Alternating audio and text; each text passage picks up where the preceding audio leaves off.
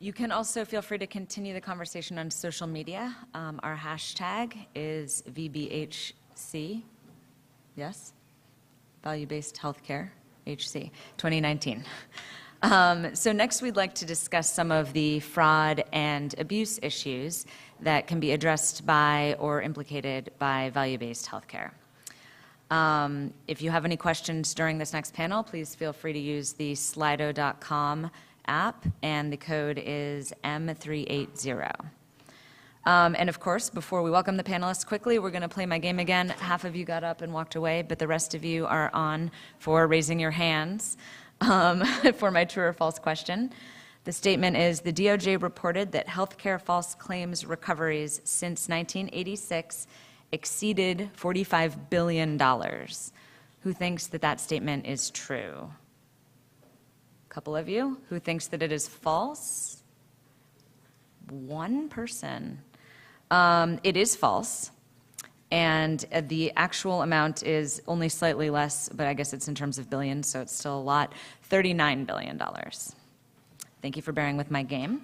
And now I'd like to welcome our panelists to the stage.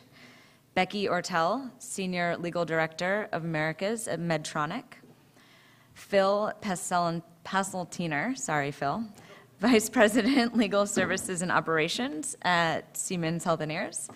Nathana Sharma, Senior Product and Commercial Counsel at Labelbox and Policy and Corporate Counsel at MobileCoin. And last but not least, Betsy Mountenay, Analysis Manager at Bloomberg Law. Betsy, I'll let you take it from here. Fantastic. Thank you, Susie. So thank you, everyone, for being here today. So as Susie just mentioned just now and earlier in her introduction, there was a lot of money involved in healthcare false claims and fraud. We saw recoveries of $2.5 billion in fiscal year 2018. So those moving into the value-based care space really have to be careful of some of the fraud and abuse laws that, that the government is still continuing to enforce. So kind of want to kick off the conversation, and we'll start with you, Becky, by talking about where you are seeing some of the fraud and abuse laws affecting the shift to value-based care, and what are some real-life examples of where you're seeing these regulatory schemes actually kind of hamper the value-based care expansion? Okay, well, let's get started. So we all, what does that mean? I'll not move. So we all know, and I'm speaking primarily to the anti-kickback statute. That's the one that comes into play most often for us where we're operating. And the anti-kickback statute has been around for a long time, as well as the various safe harbors that exist. We know that the discount safe harbor, which is one we rely on quite often, was last amended in 1999. So it's been a long time. And it does not reflect today's realities of value-based healthcare. The warranty safe harbor, it's another one we look at, rely on. It also could be better. And the personal services safe harbor, that's another one. And all three of them aren't quite what we would want them to be in this value-based healthcare space. And I'll just give one example. The personal services safe harbor requires that anytime you enter into a contract, you set up in advance the aggregate compensation to be paid, which is fine if you're retaining a consultant or doing some sort of standard contracting. But if you're entering into a risk share or risk/gain share agreement, you can see how very quickly you're not going to be able to fit within that safe harbor, because who knows what the compensation is going to be, and it might not be calculated until 1 or 2 years after the date that you signed the agreement. So that's one example. Phil, how about you? What are some areas where you're seeing these laws kind of hinder expansion? Yeah, I think Becky actually covered the safe harbors that we sort of struggle with also, trying to come up with these new risk-based agreements, because it was talked before about sort of looking at risk sharing. And once you get into a risk sharing model, and especially since it's going to be new and innovative, it's really hard to figure out how are you going to fit that into one of the specific buckets, because they were really developed for over 20 years ago for specific kinds of transactions that just don't envision what we're doing now. So as you're trying to anticipate where the value is of what you're going to try to drive for the customer, you have to really navigate. It's hard to put it into one of the buckets. So what are some strategies that you all have been working on to kind of live within these particular regulatory hurdles? You want me to go first? So because you're one of the interesting things that I found as we move into this, they're sort of moving away from a sort of a vendor-customer kind of relationship where it's more of a team effort, more of a partnership effort. And the safe harbors are the anti-kickback statute is basically a criminal statute that's actually shared risk for both us as the vendor as well as for the hospitals. It becomes more of a team effort of a creative effort in terms of how do you work together to figure out designing this relationship in terms of designing the metrics and in terms of designing the KPIs so that it's evidence-based and so that it's also how do you both deal with your respective compliance organizations so that you're working together, right? It's a very different relationship than a typical one. You go in and you sell something and then you come back 2 years later for the next sales cycle. Yeah, and I would just add, at all times, keeping in mind two really important elements to any one of these arrangements. One, not interfering with the clinical independence that needs to continue to be owned by the hospital and the providers. And at all times, keeping the patient's best interests in mind and ensuring that what we're doing is really focused on improving outcomes and also increasing efficiencies, decreasing costs, but primarily the patient focus certainly helps navigate. Do you find the role of the compliance sort of department within your organizations is changing under the value-based care system? And what are some examples of that?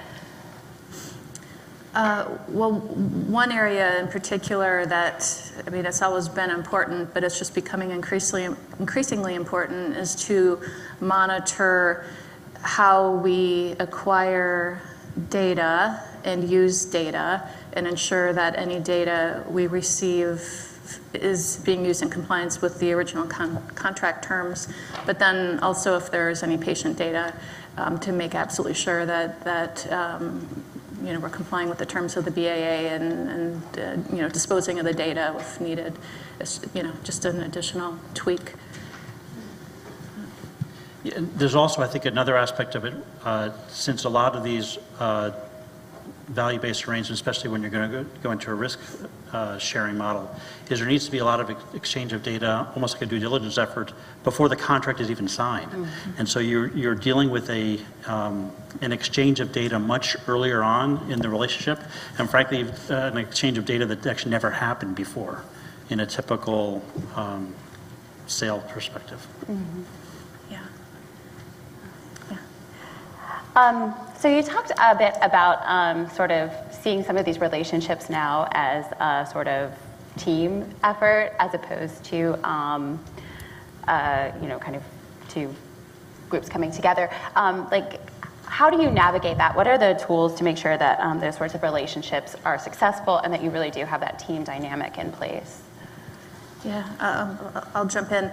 So I've been at Medtronic for 19 years, and I still remember the days when the relationship was between the sales rep and the physician, regardless if it was a physician preference product or not. And those relationships were sacred. And then that has changed, thankfully, over time. And hospital administrators came into play. And now there are relationships where I don't even think the sales rep is even present. Instead, it's our head of IT is working with the head of IT at the hospital. Our top executives are working with their counterparts at the hospital system. Our CFO is working with their CFO. And it's a whole different type of relationship and layers of relationships. Yeah, I would echo that because these are long-term relationships, right? In order to basically be able to go at risk, in order to be able to have a true value-based relationship, it's not going to be a 6-month or even a 1-year relationship. It's going to be 8, 10 years.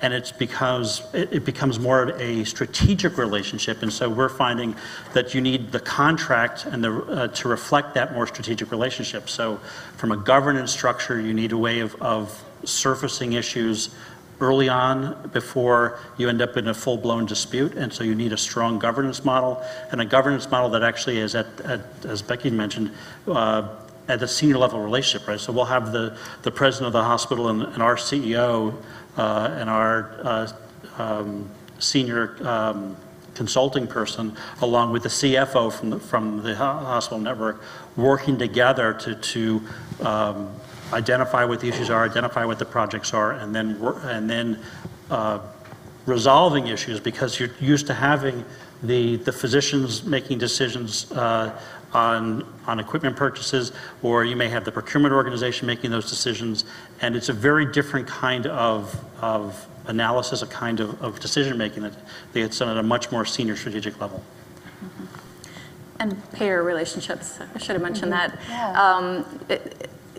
We've just had an example not too long ago with one of our partners where we had implemented a really amazing solution, value-based solution, and outcomes were amazing, lives were being saved, really a dramatic, wonderful thing. And then we heard from our hospital partner that, well, yeah, and our revenue's gone down by $250,000. And, you know, others who are smarter than I am on this stuff knew that we needed to be talking to the payers early on, and those, you know, conversations are happening. But it was a good example for me, a good wake-up call to say, yeah, we absolutely need to be pulling them into the mix very early, because they're the ones who just saw that benefit. So both of you are kind of looking at this from an anti-kickback standpoint. Nathana is bringing a completely different viewpoint to this. So you're sort of working in the tech space on this. And so you're kind of thinking of the ways that AI is affecting, you know, the sort of these quality measures, how we're actually thinking about, you know, is there indeed value coming out of this? So I would love to hear from you sort of what you see as some of the fraud and abuse risks in this, and what needs to change within the framework to make sure that we are actually getting value out of this payment system. So just to give a bit of context, I work in the computer vision space, and so I'm working on a software as a service infrastructure tool that actually empowers building machine learning applications in computer vision. And so we have customers in a wide variety of areas, but particularly we do have an increasing number of healthcare customers from the United States and around the world. And before that I was at Analytic, which is doing AI for radiology. And so if you think about what a doctor is doing when it comes to radiology, looking at AI scans, or what oncologists are doing when they review samples with their eyes, we're actually developing computer tools to help them get better outcomes. And it's really interesting to see how challenging it is for some of these new tools to end up being deployed throughout the healthcare system. And then also, and the way that looks different, the way that ends up being different here in the US as opposed to certain places abroad with different regulatory frameworks. And then I also think there's the piece of, as we move to new models of value-based healthcare payments, outcomes, measurements, there's a question of what are we going to do with all this data? How are we actually going to manage it? How are we actually going to measure these things? How are we going to build those systems? And so I think there's some open questions around that, and whatever systems we build, we do want to think about using big data and machine learning to help us make more informed decisions. And we also need to be aware that as we do that, it means that we can process much more data more effectively, we can find aberrant patterns, we can go back and do audits in a much more effective way. But we also have to realize that when we do use these new tools, they have their own challenges, they have their own ways that they're open to fraud and abuse. And so I think we're at this really interesting juncture where there are certain aspects of our regulatory system and around healthcare that have that help keep people safe, but also make it really hard to do new things. And the world is moving so quickly, and the tools and techniques that are possible are moving so quickly. And we're actually working with folks in Norway, at the government of Norway. They're giving colonoscopies to everyone, and they are using artificial intelligence to analyze that data and to help keep their citizens safer. And they are also getting incredible information on how do they help keep people healthier over time, which we're not getting right now here in the States. So I think, hospital administrators obviously have so many challenges and so many things they have to solve. I'm sure not many are thinking about innovative ways that they can start applying computer vision. And also, I think getting to a space where there's room for that kind of innovation is really important if we're actually going to get great healthcare outcomes. Right. So with all of this data involved, where do you think there might be risks for things like false claims or for something to happen where the payment doesn't reflect what was actually what actually happened, what the data should say? Yeah, so I think using these kinds of tools, we potentially can flag false claims in new ways. If we can potentially change the way that doctors input information into claims, and we can potentially have AI really assist the filling out of those claims. That said, humans are prone to error. Large amounts of human data are also prone to error, and I think the water flows downhill and people do things that align with incentives. And so if we set up a system where payments are going to be tied to outcomes, whatever the details of those outcomes are, there's going to be a tremendous amount of incentive, whether conscious or unconscious, to record data in a way that gets the most payment. Right. And so I think being aware of that and thinking about how are we going to build catch safes into the systems is really important. Yeah. So at this point, what should people in the audience be thinking about to do that? Like, what can you do to plan and be prepared for that? So I think that education is really important. I think, I think I'm here in the Valley spending some time working on some crazy startups. So I obviously am spending a lot of time getting educated on data science and how that works.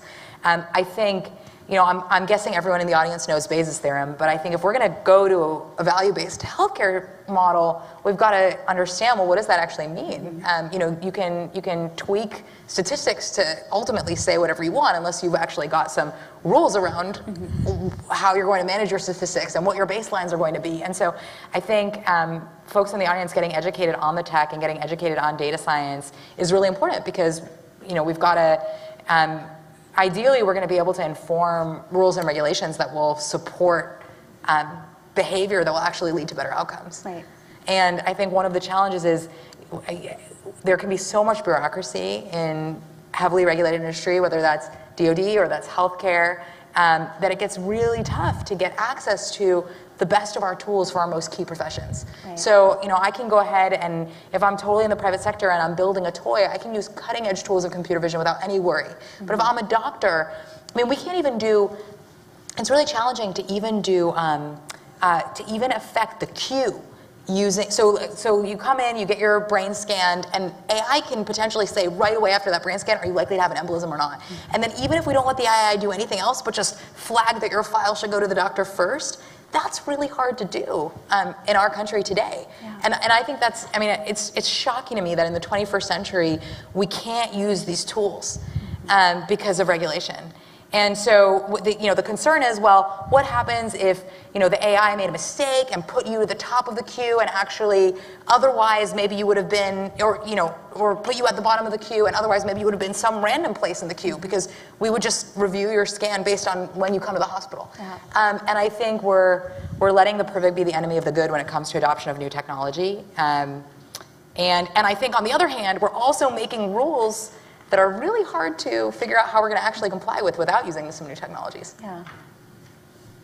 So what would be some examples of that? Where do you see some of the big risk areas with AI or hurdles to that? So I think no one gets fired for continuing the status quo, and no one, and so there's a tremendous amount of default towards staying in the status quo. And if you're creating something new, and you have markets that are easier and are less regulated, it's a lot. If you're going to build something radically new and powerful, you're probably going to first have your first customers be markets that are easier to actually create products that people will buy. Right. I think the risks are real. I think if we have certain ways of doing things, when we try to do things a new way, we're going to have failures are going to happen, and we're going to have some bad outcomes. But I think it's important to look at that in the context of we're facing a healthcare crisis in the country. We don't have enough healthcare providers, and if we can use some new systems and methods to get better outcomes for cheaper, we've got to try to do that. Yeah. I was actually recently in Singapore just a few weeks ago doing some work with Temasek and Sim, and what's pretty incredible is in Singapore, they're really embracing artificial intelligence, machine learning when it comes to their hospital system. And they obviously have the ability to be much more streamlined and agile with rulemaking and regulatory authority than we do here. But this is happening in the world. It's just unfortunate that there's a tremendous set of hurdles to helping that happen here. So as we're all kind of discussing hurdles here, I would love to sort of hear where you expect the sort of regulatory framework to shift, what you kind of see happening next, or what you would like to see happening next. I was talking to Phil earlier. We will not come back in like 2 or 3 years and have this panel again and watch it and say, hey, where you were wrong. But I would love to kind of get your sense on where things are moving and what people can be doing to sort of plan for some of those shifts. Would you like to say, Barbara? Go ahead. Yeah. So one of the places where I think that the government is responding to the changes in technology is OIG actually issued, or Department of Justice actually issued an RFP or an RFI to relook at all of the safe harbors. And so there's been lots of concerted effort on a lot of parties to try to help advise the government on how to update the safe harbors, in particular, creating, either modifying the warranty and the discount safe harbors, but we've also, through AdvaMed, one of the big med tech industry players, actually have proposed new safe harbors that are intended to anticipate these kinds of relationships that we're trying to build now that frankly our customers are asking for. So there's at least one proposal for a value-based risk-sharing arrangement, safe harbor. Whether anything gets done in Washington nowadays, I guess that remains to be seen. But there's clearly interest, I think, across the spectrum, both from providers as well as from industry, as well as the government, to modernize the anti-kickback statute in particular to accommodate new and innovative efforts to address concerns. Yeah, I was challenging myself to think up a hypothetical that isn't too far from reality of how, if these safe harbors were actually in place, how that could help us. And so I came up with an example where we're selling a pacemaker, and it's at a hospital that's concerned about infection rates. So that means we're also providing our implantable antibacterial pouch with our pacemaker.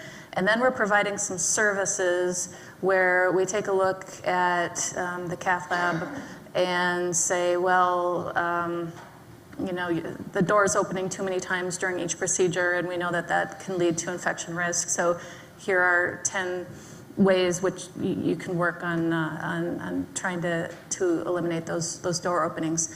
And then let's say we also provide some remote patient monitoring on the back end. And the way that this could be achieved if these safe harbors were in place is one of the safe harbors would allow for that early stage learning that's really necessary when we go into a new site, and we identify, what really are the concerns at this particular hospital, what are the quality concerns, what are, I don't know, barriers to access, whatever it is. And oftentimes we have to take a look at data, and I mean, it can take quite a while to really ascertain where the issues are, where the hospital's needs are, and then tailor our offering to be truly effective at that site. And so one of the safe harbors actually specifically talks about this learning period and how that back and forth does not constitute a transfer of value, which today there's a question, at what point does that become value, and does it become a risk under anti-kickback? And And then, let's say in my hypothetical, we also have a risk share on the back end where, if infection rates aren't actually cut, then Medtronic has to cut a check of some kind, and that would also be covered by the other proposed safe harbor. So that's just an example of where we could be doing more, we could be bringing more to the table if the regulatory scheme allowed us to. I think from my end, it would be great to see some real sandboxing and ability to create digital-first sandbox efforts to create some kind of center of excellence for care and to allow us to do what they're doing already in Korea and Singapore and Norway. And maybe there are some efforts underway here in the States about that already, but I'd love to see it.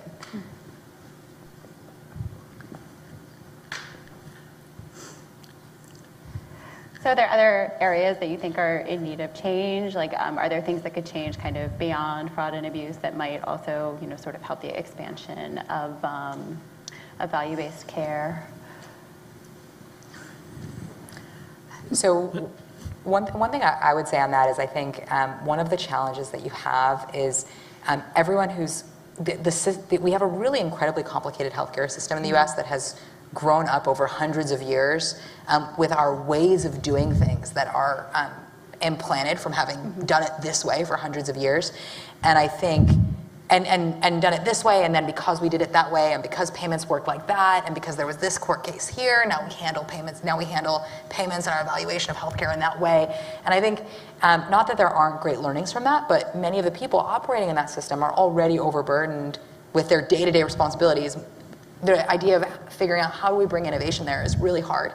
And so I think related to this sandbox, carving out and I think Walmart is actually doing some really interesting stuff around right now around healthcare for their employees and new centers of excellence of care. But thinking about some new ways that we can provide care, that we can think about how are we going to pay for that care, and how does that get connected to some of the incredible data and devices that we now have in IoT and computer vision would be really exciting. And I think the other thing is, obviously, there's a real concern about containing costs. There's also the hospitals and the networks are obviously, and the payers are obviously very concerned about, or the hospitals in particular, about making sure that they have the revenue they need in order to meet the needs of the community, especially with high uninsured rates. So one of the places where the kickback statute sort of gets can be constraining and can limit flexibility and limit innovation is how can the providers leverage some of their vendor networks to try to drive more value without it looking like it's an improper transfer of value back to the hospital. I think Becky mentioned this, but the ability to basically take time and basically make mistakes and end up where something fails, and so you then have a rebate or something else that's built into the contract that way without that having to be, if we can reduce that risk of that being conveyed as, or being perceived as a transfer of value in violation of the kickback statute, getting that kind of increased flexibility would be, I think, important. Giving more flexibility to innovate and make mistakes.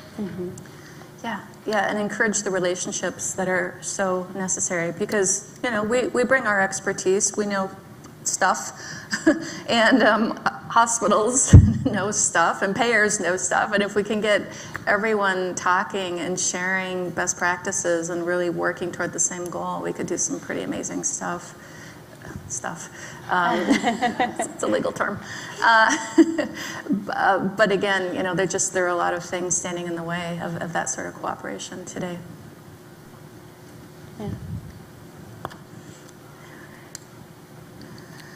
So where else might you like to sort of see some of that innovation or that area to sort of try something out and see what happens? I was just thinking about some of our most interesting innovations, and they have actually occurred outside the US. And I think it's in part because the needs are different, but in part it's easier to get stuff done. One of our programs in India that's been a huge success has been the most simple thing, but what we realized is that a lot of people were suffering from hearing loss, and it can really get in the way of having a job that helps you support your family. And we had a few people take a look at what's going on, and it turns out there's a lot of untreated ear infections. And really simple thing that here in the US they don't tend to go untreated or undiagnosed, but unfortunately that was a big problem. And so somebody came up with an app that works with a really simple scope, and we've got frontline health workers who aren't even necessarily trained in medical care, and they're meeting people out where they live, in marketplaces, definitely not a clinic or a hospital, and taking a look at ears and saying, oh, well, you have an infection, you need to go to a clinic, and if you get a course of antibiotics, your issue is going to be solved. And it just seems like something that simple, but it's made such a big impact on folks being able to, again, continue to be gainfully employed and support their families. So, I don't know, how that translates to the US, but I think there are still a lot of pretty simple solutions that remain out there that we can focus on as well. And I don't know if that really answers your question. It was just an example I wanted to share. Absolutely. So one thing that I'll say that is pretty interesting is in the factory environment, I'm seeing computer vision and drones being used to find problems as they're happening, do quality assurance, help keep people safe. And I think it'd be really interesting to see, could we bring computer vision into a hospital room and help to monitor patients and help to remind a doctor, potentially even in real time, if they are going for the wrong leg or potentially pulling the wrong medicine and putting the wrong thing into the IV. And we'd have to be careful about how we do that in a way that balances the kinds of concerns about liability I think doctors in the US would have with that kind of monitoring. But thinking about it in terms of, hey, there are these incredible new tools.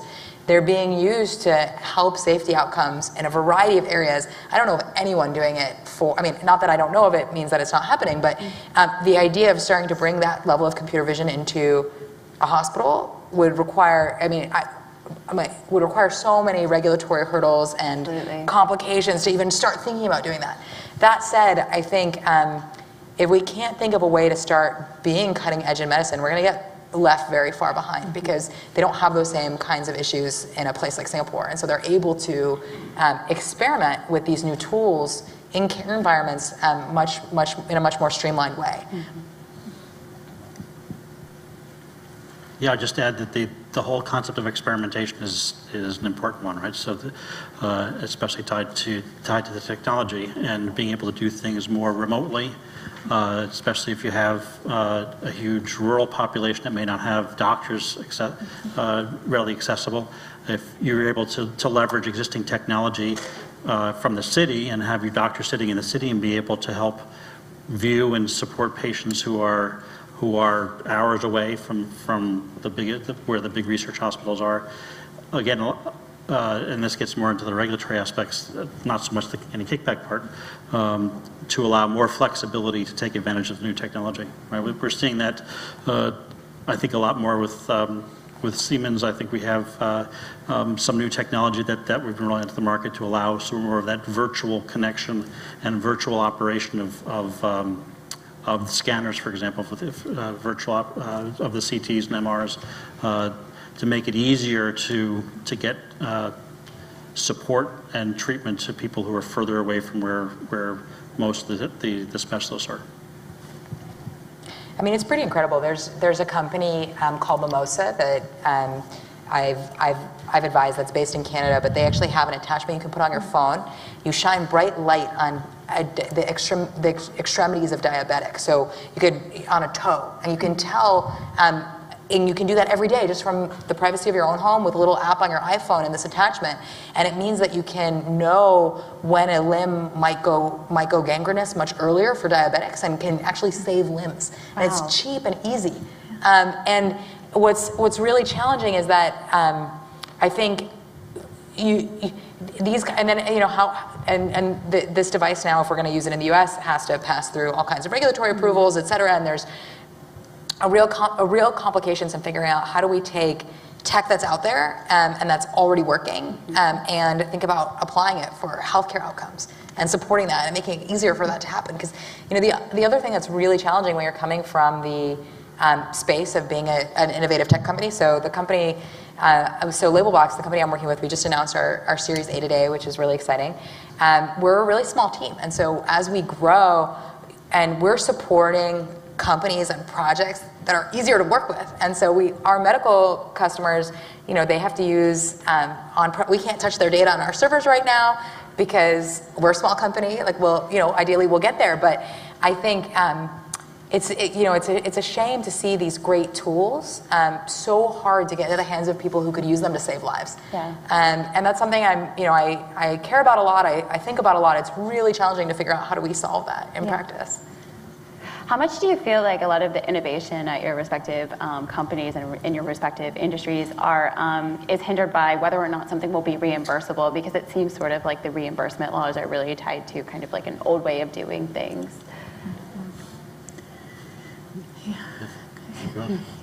Listen, I think from our perspective, the need is driven by what our customers are, and so if the reimbursement model is driving the purchasing decisions and it's driving what technology is available, then yes, we hear about that, and we have to basically tailor to be responsive to what our customers are looking for.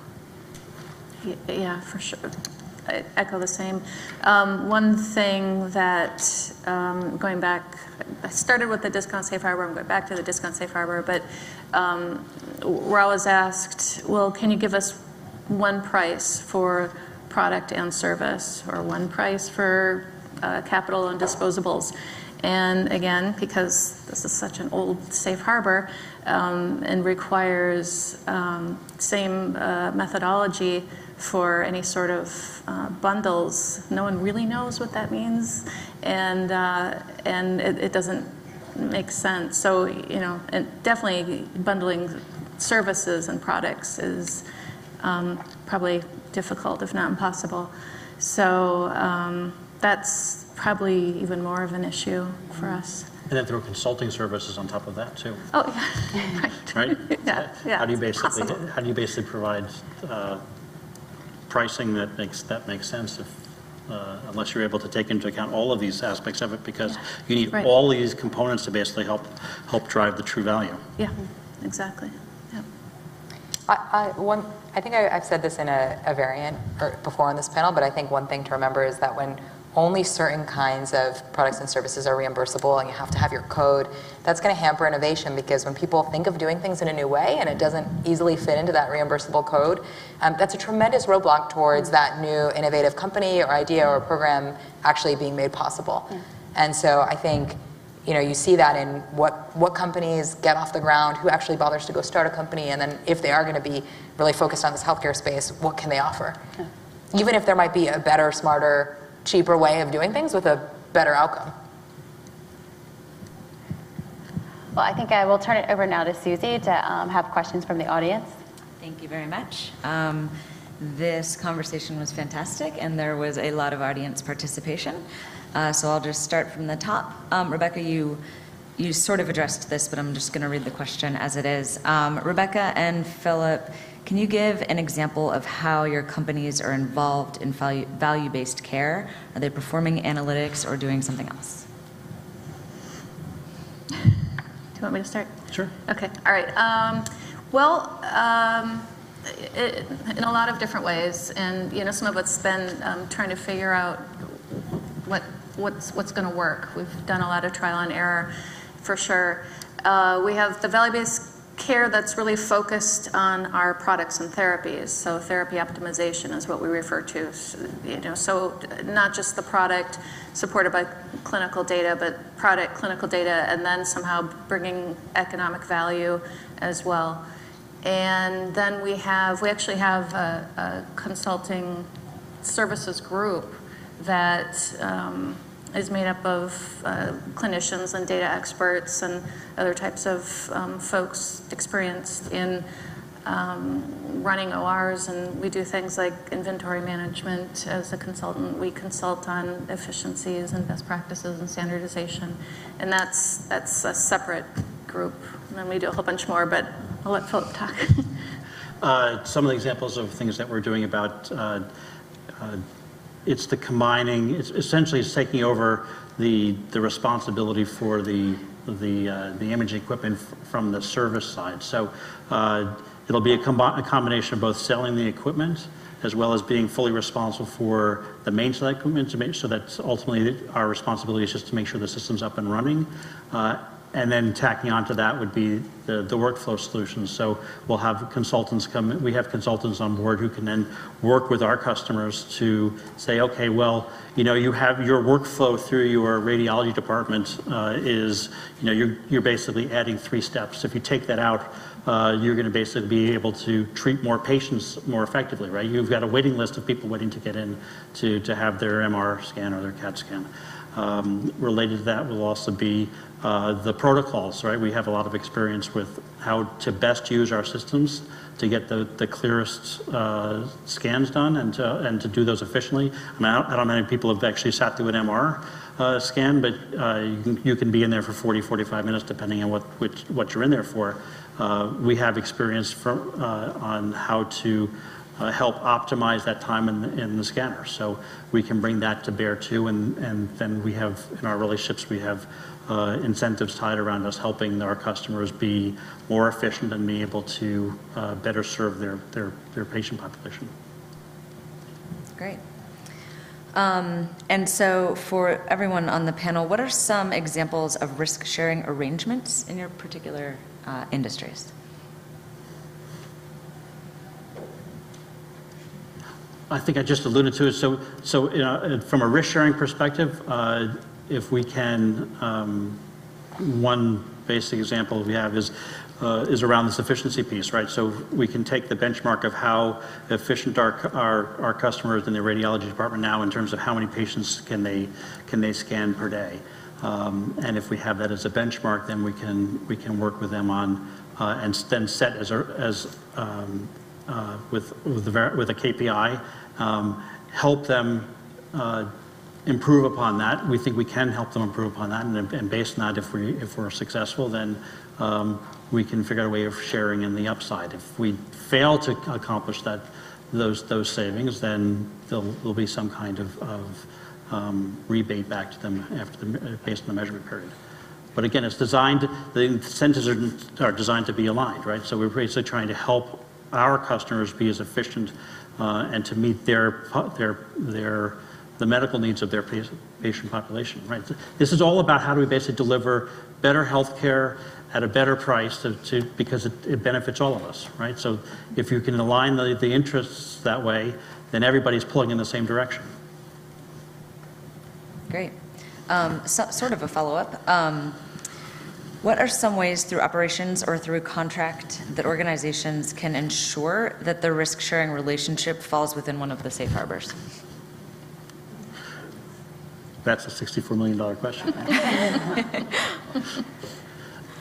Well, so we do similar programs to Siemens, but we also have something that we call outcomes pledges. We have several of those. And one example is with our capnography equipment, we will commit that for a certain patient population defined up front. We have to know what the baseline is. If within a certain period of time there's an unexpected event, then that triggers it's actually a rebate payment. And you would think it might be a warranty payment, or it might be, done as a risk share, but actually that worked within the discount safe harbor, and that's why we chose that path. Great. Well, thank you very much. This has been a fantastic panel, and we appreciate you all being here. Thank you.